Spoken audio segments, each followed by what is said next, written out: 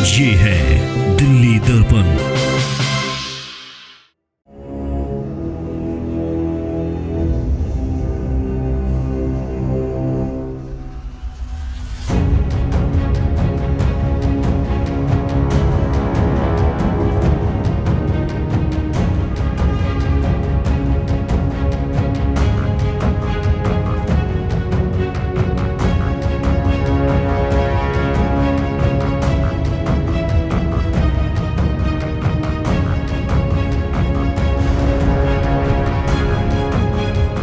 नमस्कार, मैं हूँ राजेंद्र स्वामी और आप देख रहे हैं दिल्ली दर्पण टीवी। कल भारतनगर थाना क्षेत्र की वजीरपुर जजे कॉलोनी में 2 नाबालिग बच्चों के नग्न शव मिले थे।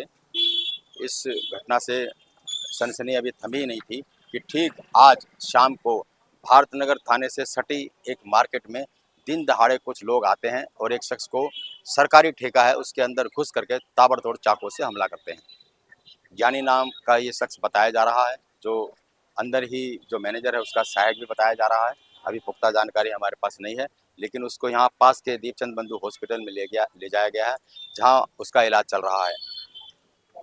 डॉक्टर उसे बाहर एलएनजेपी रेफर करने की बात कह रहे हैं अभी, क्योंकि उनको थोड़ा स्टेबल किया जा रहा है, इलाज उसका चल रहा है, कोशिश की जा रही है कि उसकी जान बचाई जा सके। बहुत ही गंभीर हालत में वो है।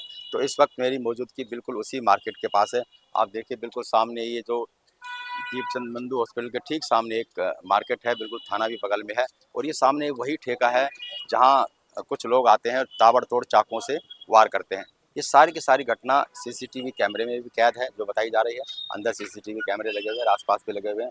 फॉरेंसिक की टीम यहाँ पर जांच करने के लिए आई है। पुलिस के जो आला अधिकारी हैं वो भी किसी वक्त पर यहाँ आ सकते हैं और सामने इलाज चल रहा है। तो आए दिन इस तरह की घटनाएं होना भारतनगर थाना क्षेत्र में बहुत ही चौंकाने वाला और चिंताजनक विषय है, क्योंकि आए दिन आप देखते हैं कि ताबड़तोड़ चाकुओं से हमले की, हत्या की कई वारदातें हम अक्सर आपको दिखाते रहते हैं। तो इसी कड़ी में फिर इस तरह की घटनाएं होना लगातार चिंता का विषय बना हुआ है। पुलिस की एक बहुत बड़ी चुनौती है कि इस तरह की घटनाओं से कैसे निपटा जाए।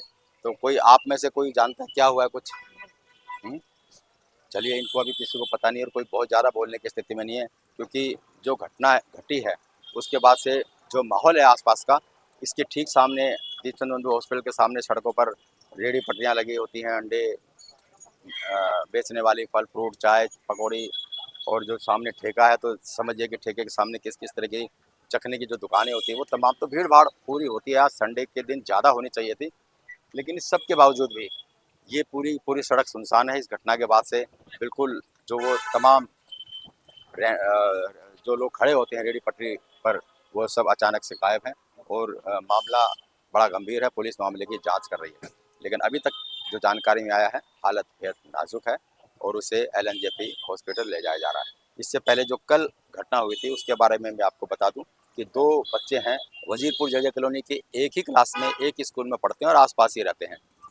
कल सुबह उनका शव मिला था नाले के किनारे, बिल्कुल नग्न हालत में मिला था। अभी क्या स्थिति है इस पर आला अधिकारियों से हमने बात करने की कोशिश की, उनकी जानकारी में होगा भी, लेकिन अभी हमारी उनसे बात नहीं पाई है। लेकिन जो हमारी जानकारी आई वो परसों शाम को 6 बजे के आसपास वो ट्यूशन के लिए निकले थे। ट्यूशन के लिए निकलने के बाद वो थोड़ा सा पढ़ने गए और उसके बाद शाम को वो चले गए। जब वो काफ़ी देर तक, रात तक वो नहीं आए तो इसकी सूचना पुलिस को दी गई और अगली सुबह उन्हें सूचना मिलती है कि दोनों के शव पास की जो नहर है उसमें मिले हैं।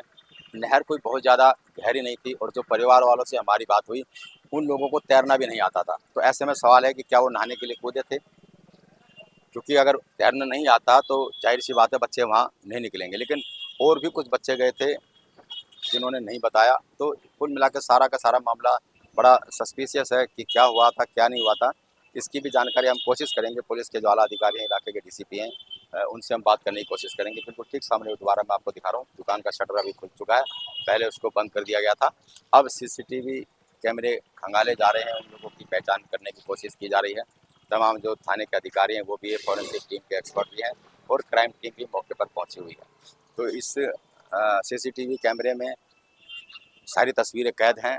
जल्द ही इन सब की शिनाख्त भी, पहचान भी हो जाएगी कि आखिर वो कौन है। लेकिन सरेशाम एक सरकारी ठेके में घुस करके इस तरह से ताबड़तोड़ चाकुओं से किसी की हत्या का प्रयास करना बहुत ही चिंताजनक है, इलाके में चर्चा का विषय बना हुआ है। तो वहीं पुलिस के लिए एक बड़ी चुनौती भी है। पुलिस इस चुनौती से कैसे निपटती है, हर बार जांच का झुंझुना ही चलता है या फिर सचमुच में उसका कोई रिजल्ट भी आता है, ये देखना अभी बाकी होगा। राजेंद्र स्वामी, दिल्ली दर्पण टीवी। लेटेस्ट खबरों के लिए सब्सक्राइब करें हमारा YouTube चैनल या फिर लॉग ऑन करें www.delhidarpantv.com। खबरों की कवरेज और विज्ञापनों के लिए संपर्क करें।